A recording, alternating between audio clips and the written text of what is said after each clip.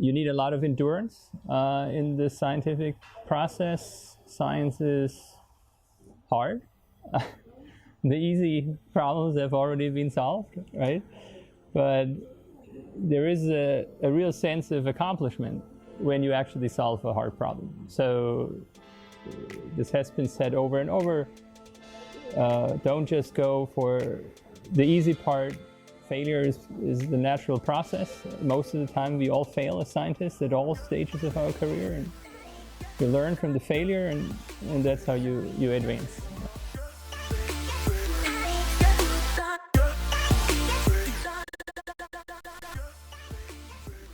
In general, this has been in our group specifically in ultra-fast and nonlinear near-field optics. This is where we have developed instrumentations throughout the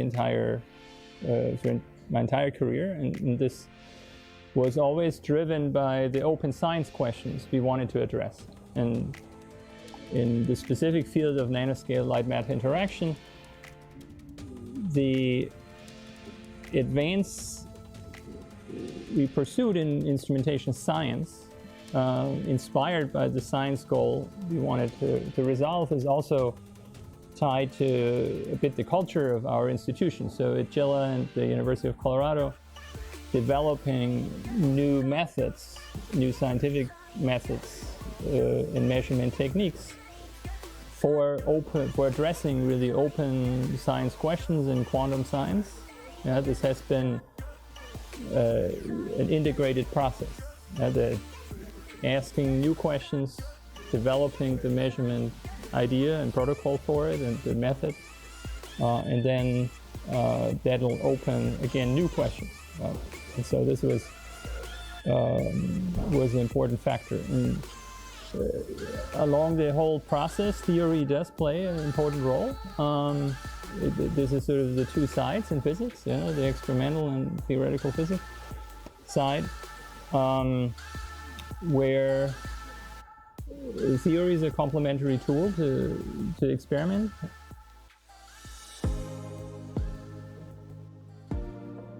The question now is, as the fields evolve, is also looking for a diverse environment.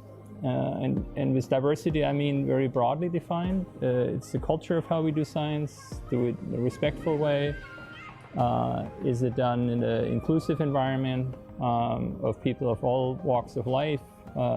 This is not just a gender question. This is really a question of a wide variety of styles, and that's where I would look for, to find that environment which also fits your personality. I think that's important. And also don't be afraid to change. So if it's not working for you, then you need to make an informed decision, of course, and then trying something else. And the sooner you fail, the better, to learn and advance and try again.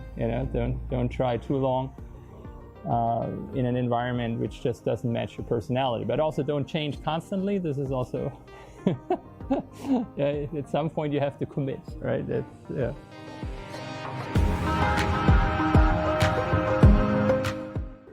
And the first aspect is, of course, that the collaboration really advances the group and the students and postdocs in the group to really help their research. So this is how we then look for who would like to partner for really a win-win situation where it advances both our work as well as that of the collaborators. So this is important, that this has to be for the mutual benefit. Another factor is we look for actually a global distribution. Science is global.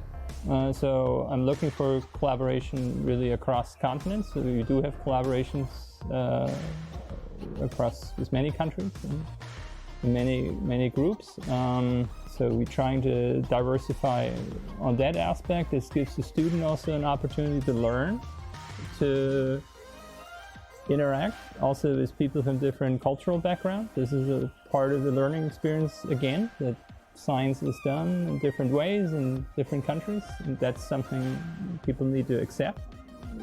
In terms of groups specifically, we look for creative and innovative groups. This is another factor, and then it does change. So it's sometimes project specific, and sometimes these are longer term collaborations which then lead to new ideas. So it's again I think the emphasis on the mutual benefit really.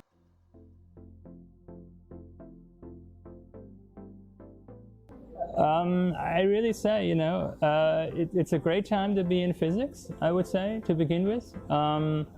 What we are seeing is that the problems in the open questions to be pursued in actually technology development in industry, and in part related to our field in quantum science, these problems become more and more academic. So we are reaching more and more fundamental physics boundaries.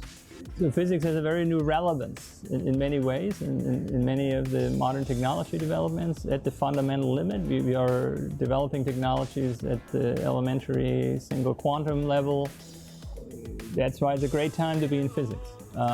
This has not always been this way, but this convergence almost of fundamental research and applied aspects, that is something which I think is qualitatively new.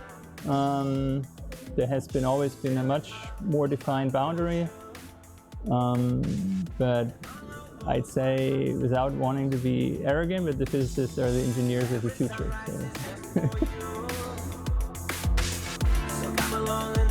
So.